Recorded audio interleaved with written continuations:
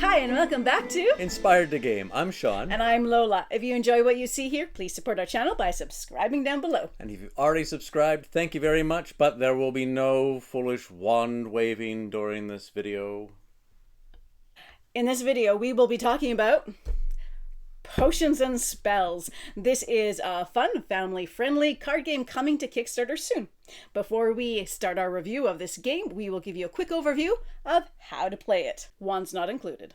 In Potions and Spells, you will be gathering ingredients and spells, all for the goal of brewing potions. Each potion will require a different assortment of ingredients that will have to be met exactly. Spell cards will help you along the way with additional benefits. There are different categories of spell cards. There are advantage spells, defense spells, and attack spells.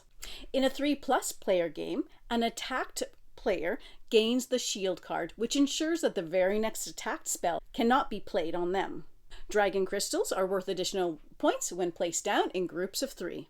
As you gain potions, they will provide you points as well as potential extra benefits such as ongoing player powers or ongoing ingredients or special one-time use benefits.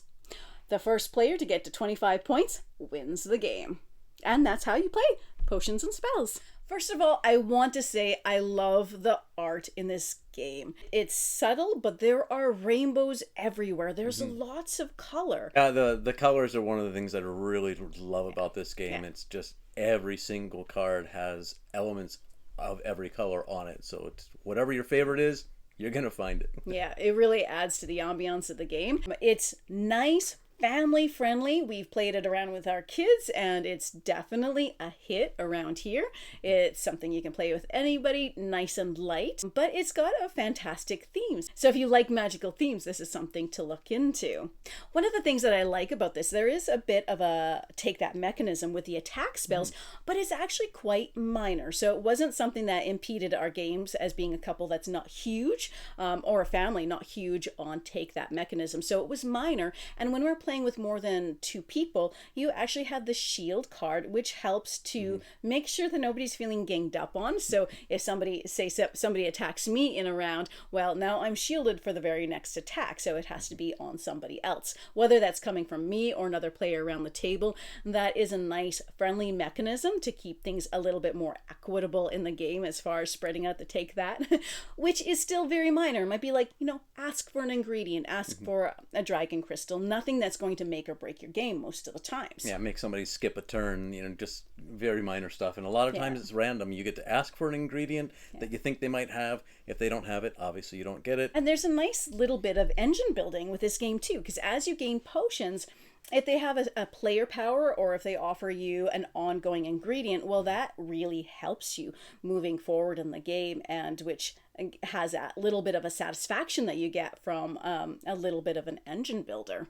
One of the other things that I like is the balancing of the potions. The more powerful potions give you higher points, but they don't give you that forever ingredient, whereas the lower point potions do have the ingredients on there that you will always have once you brew that potion. Yeah, and for some of our games that we played, so we played this several times to get a really good feel of it. And I remember particularly the first game, it's like I get ingredient after ingredient after ingredient, and I couldn't do any of the potions out there because there's level 1 and 2 and 3, and I couldn't do anything. And meanwhile, he's starting to get these potions, and he got 1, and I still can't do anything, still just getting ingredients. And then he gets another.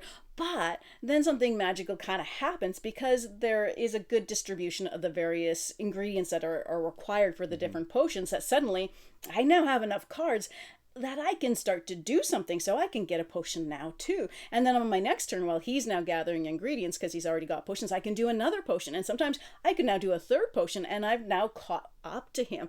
So it was really satisfying to get that. Well, maybe you have a little bit of bad luck with the ingredients for what's first out there, but as you build it, it changes. There is a wild ingredient, which does help as well to know that if you're getting the wild ingredient, that helps you do that. And of course, the spells are going to help you as well. So if you get a spell that lets you do extra foraging or to ask an ingredient from another player, as long as they don't have a spell to counteract that and block that, there are mechanisms mechanisms to help you along the way if you're having trouble getting potions. But if you are, that's okay, because you're set up for down the road, and then you can pull in this really awesome set of turns, and that's really fun. One of the most interesting things about it is a lot of games like this where you're just gathering ingredients and then spending them to create something. It doesn't matter how many of each thing you have. If you have more than you need, no big deal. You throw them in there. Maybe you get change back, maybe you don't, depending on the game. But in this one,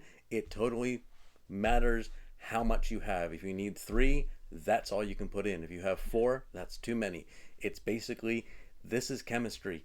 And if you've got too much of one ingredient, or your potion is not going to turn out the way you think it is, it's not going to be the potion of strength. It's going to be poison, probably. Yeah, so it makes it really thematic. You need that exact thing. So some of the cards are like 1s and 2s, but there are some that have higher amounts, like 3s. So say if you have a potion out there that requires 2 bat wings, but you have a 3-card bat wing, well, you're not going to be able to use that. And yeah, so that's something you have to keep in mind as well, where you see, oh, that's a big ingredient that has lots there, which can be helpful for a potion that requires 4 of it, because it helps get you there faster. But then maybe that potion goes before you have a chance to use it, and now you're stuck with a card that's 3 that you don't really necessarily have an opportunity to use again. So it brings a little bit of strategy in there as well. Yeah, it's definitely a high luck game, as many games like this are, but it's light and it's fun, and we quite enjoy it. So if you're interested in a nice and magical twist of a card game, I suggest maybe you check this out.